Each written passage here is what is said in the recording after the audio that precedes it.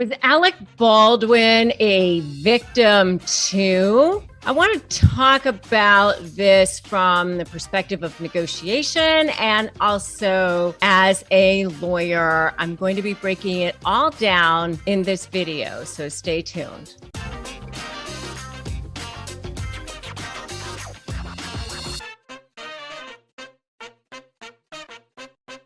Hey there, I'm Rebecca Zung. I am a lawyer and a negotiation expert. And if you haven't had a chance to subscribe to this channel yet, I invite you to do that now. I want to talk about Alec Baldwin. I watched the interview with him and George Stephanopoulos. I was really riveted, as I'm sure all of you were too. I've been watching this whole thing unfold, and who can not feel for this guy? So I think all of you know that he was on the set of Rust, and he was holding this gun. He thought it was a cold gun, meaning that he thought it was not loaded.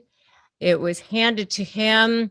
And as he described it, he was holding it and he was demonstrating it. And the way he described it, he said he was saying, oh, okay, you go like this, you go like this. And he said he actually didn't even pull the trigger. The way he described it is that he said he was like kind of holding up the hammer or something, and suddenly bang, it went off. And he was absolutely shocked and stunned to know that it even went off. He actually didn't even pull the trigger, and suddenly it went off. So not only did he not pull the trigger, it actually went off, and he didn't even know that there was ammunition in it. So he said he does not feel guilty, that he absolutely feeling horrible about the whole situation. But he said he doesn't feel guilty because he didn't do anything wrong. He said that somebody is responsible. He couldn't say who, but he said that if he thought that he himself were responsible, that he would have killed himself by now. He said somebody put that in there. He doesn't know who. So I watched it and I wanted to weigh in on this because, in some ways, I know that a lot of you are thinking, how could he be the victim? I mean, the true victim, of course, is Halyna herself, the person who was actually killed, and her husband and her child, who are now going to have to go into the Christmas holidays and these holidays without a mother, without a wife, and their lives are forever changed. Here, Alec wanted to sit down and give his account of this on-set tragedy. Clearly, he is tortured. Clearly, Alec's life is forever changed as well. And he says he doesn't even care about his career anymore. He says it wasn't even in the script for this gun to go off. He was told the gun was cold, and he feels that somebody is responsible, and he knows that it wasn't him. As a lawyer, and I'm sure his lawyers probably told him not to sit down and do a live worldwide interview, but I'm sure he wanted to counter this narrative of what's going on.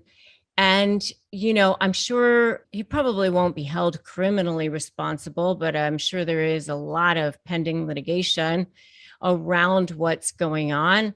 Not just civil litigation, but I'm sure there is a criminal investigation into what actually happened. Somebody put live ammunition into that gun. It happened. I wanted to talk about is the fact that I think that there's a negotiation issue here. I think Alec Baldwin will end up having some responsibility in this thing. I think that he will end up being found with some amount of liability because he was one of the producers on that film. And so that means that there's going to be some level of responsibility that's going to be held to him. What that will be, I guess that's remains to be seen. But the negotiation issue, I think, is the fact that there's this pressure on these sets. And I think it's even worse right now because of COVID and all of that. And I think that there was a pressure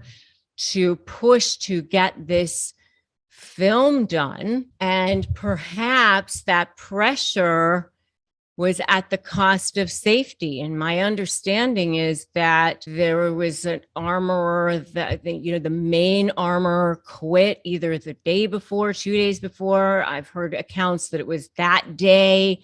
I don't know. They brought in second, team or a second person who was maybe not as good or less experienced, or I'm not sure, but it was somebody else who was not tested out or worked as well with this other team. I don't know. But, it was maybe people working not as diligently. I think people maybe moving too fast. When I remember when I was in fifth grade and I used to work too fast, my fifth grade teacher used to say, haste makes waste, Rebecca, haste makes waste. And I think sometimes, there's a pressure to get things done, especially on movie sets, because of the cost of production, because you have to keep moving. And sometimes I think it's at the cost of safety. And I think maybe that is what might have happened. And I think it is a negotiation issue. And I think that that is something that needs to be looked at, especially on movie sets. I think that there are editors and people like that that are potentially saying, I'm going to walk if you don't pay, or everybody's holding out and saying, come on, move it, move it, move it. And I think producers are looking at that, and everybody's looking around to say, hey, there's a timing issue. And so potentially safety was compromised as a result in this particular situation. And I think that is something that needs to be looked at in this situation. It is my understanding that other movies, such as Mayor of Easttown and some of these others, only use CGI.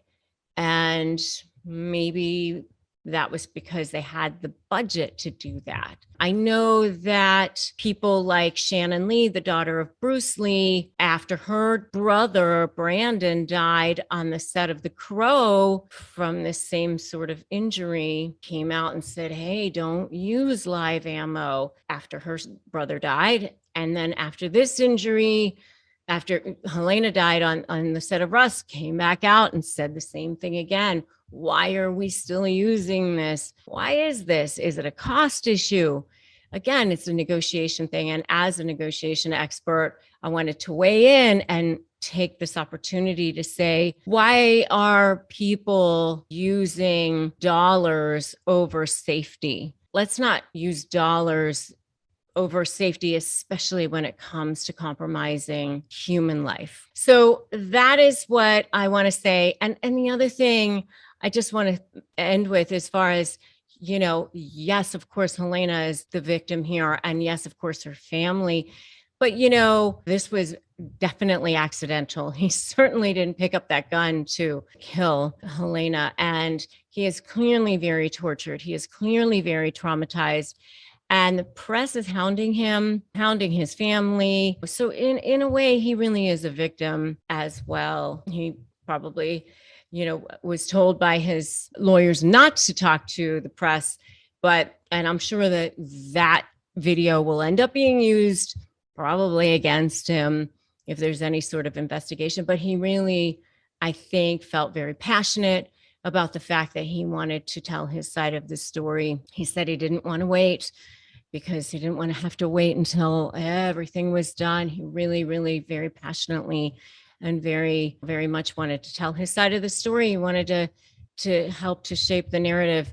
And you could tell he was very, emotional about the whole thing. So, and that came through. I feel for the guy. It's a very, very, very tragic and sad situation, but hopefully change comes from it. So for those of you who have not yet subscribed to this channel, I encourage you to do so. Subscribe, hit the notification bell. I'm Rebecca Zung. Thanks so much for stopping by. If you haven't grabbed my free Crush My Negotiation Prep worksheet, I encourage you to do that at winmynegotiation.com. I also invite you to join my free private Facebook group, Narcissist Negotiators with Rebecca Zung. I'm so glad that you stopped by, and I am looking forward to seeing you in my next video. Thank you so much.